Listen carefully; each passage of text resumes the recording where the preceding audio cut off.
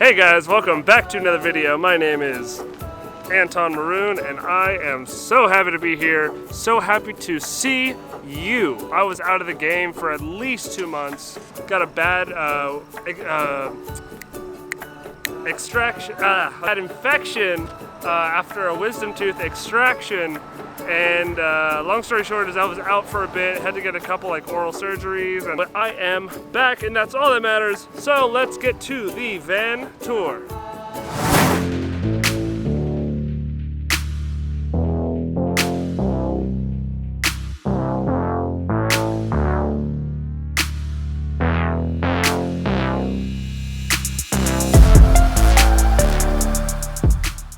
Alrighty, what is up, internet? My name is Reese. This is my 2017 Ram ProMaster that I've been building out for the last year. Come check it out. So I had two main ideas when designing this originally.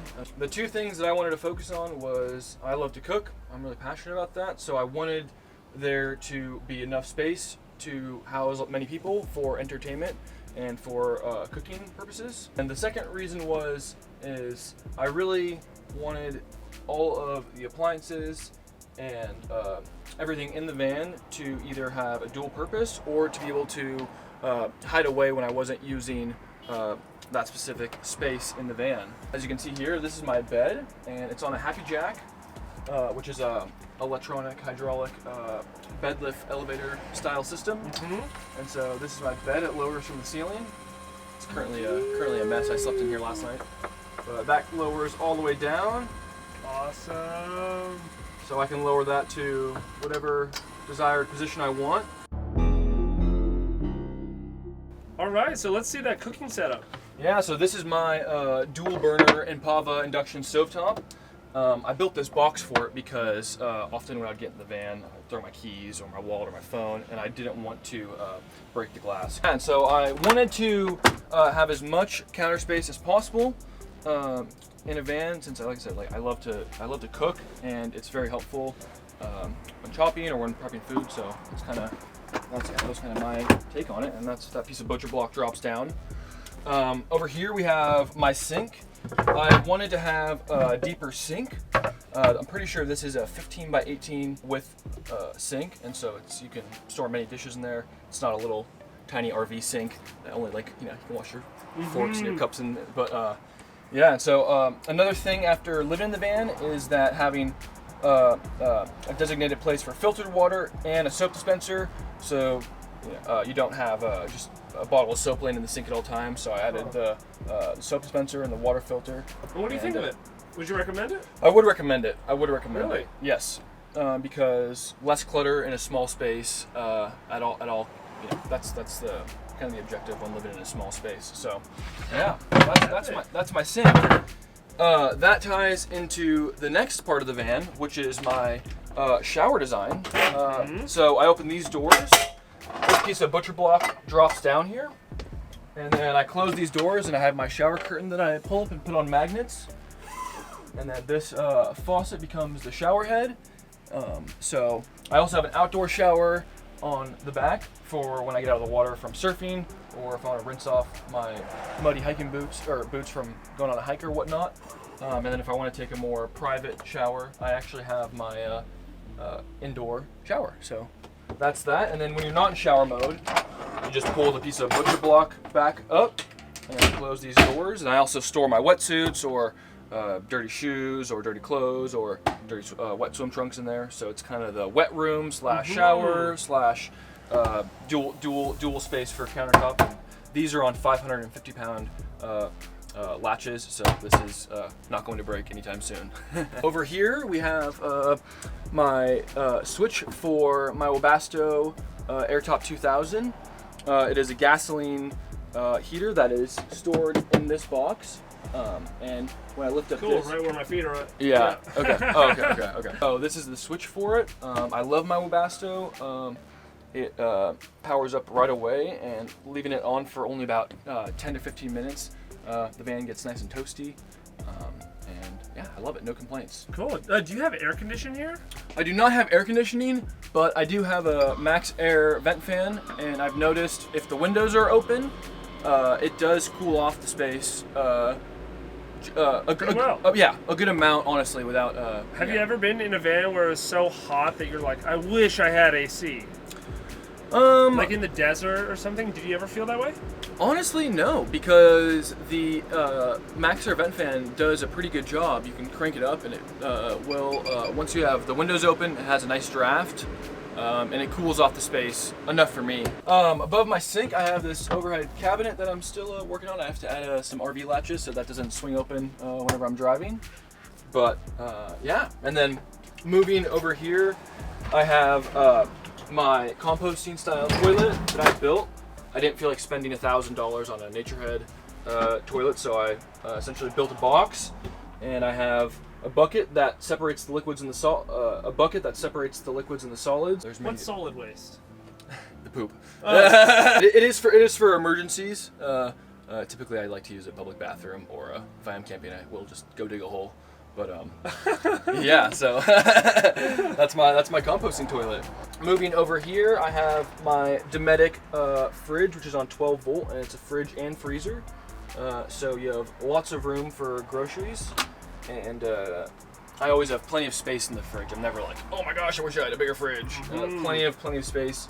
Yeah, and then moving on here, I have 4 cabinets for, I have 4 drawers for this cabinet, and then I also have a 12-inch closet by 24 inches deep. So I made it just tall enough to be able to put shirts and jackets and jeans, and then these other drawers just house whatever extra clothes or just more storage space. So, yeah, so this is my control area where I have my light switch. I have some puck lights that run on the ceiling. I also have a light bar under here that you can flick on just like that whenever you need more light. Both of those are on 12 volt. This is my 120 volt outlet that is powered by my inverter. This is my Maxxair vent fan remote. So when I'm in bed, I can just crank on the fan or turn it off whenever I don't want the fan anymore. This is what I showed earlier. This is the bed lift switch, and then this is my inverter on-off switch, and then this is my battery monitor that lets me know how much power is in my batteries. So yeah. Sweet, that's handy. And you are at 100%. I'm at 100% because all the time, basically, because I have 3 ways of charging the batteries. I have 610 watts of solar shore power hookup. I also have a DC to DC alternator charger. I recommend having 3 ways of charging the batteries, at least 2. We are here in sunny San Diego, so the solar panels do help top off the batteries at all times. But I have noticed when it is cloudy, it is very helpful to have the DC to DC alternator charger. So cool. Well, let's make our way to the living space. All right, dude. It is comfy back here, man. We got so much room, lounging. You don't even feel like you're in a vehicle. Yeah, that was the point. So the dimensions of these benches are, I think, 78 inches, which is just a couple inches shy of the length of a California king-size bed. Yeah. At the edge. Cool, man. Yeah, you got 2 beefy benches. So I'm assuming this is where your electrical and your plumbing is. Yes. So you're sitting on the bench that houses all the electrical components.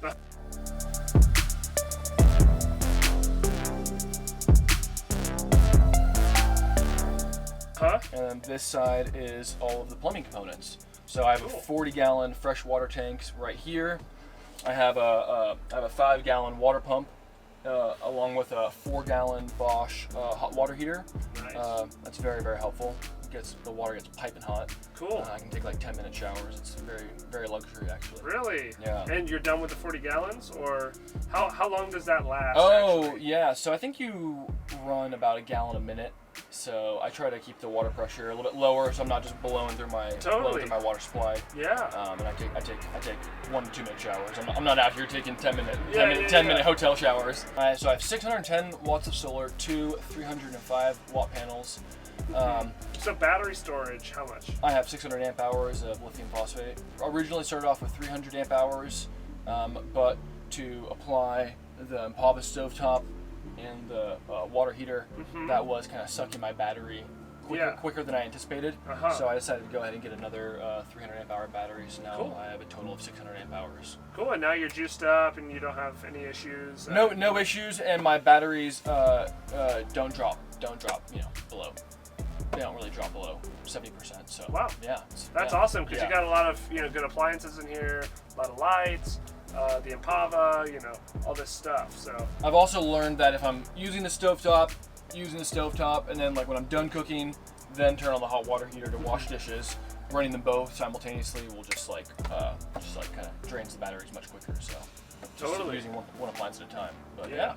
Cool, and this is I like this table. Yeah, is this kind of, like you made this? I made this out of 3/4 inch Baltic birch, and then I just put a stain and then put a bunch of coats of polyurethane on it. It is smooth. Can people find you? Do you post pictures of the van and stuff?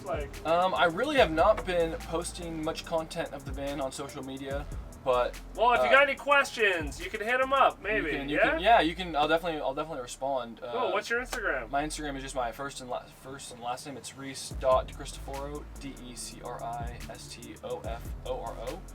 That's my Instagram. Thank you so much for doing this tour. Awesome, thank you. And maybe you guys can leave some encouraging words and some positive vibes. And if you guys want to see Reese post more, maybe on his Instagram, tell him.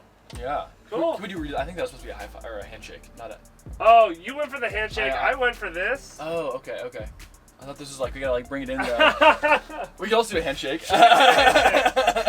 We're good friends, so I don't know. I feel weird being super formal. I feel like handshakes are. Yeah, even though that was probably awkward on camera, it was less awkward for us. I don't know. Was it awkward? Anyway, thank you guys so much for watching. Appreciate you checking out the van, and we'll see you in the next video. Hi guys.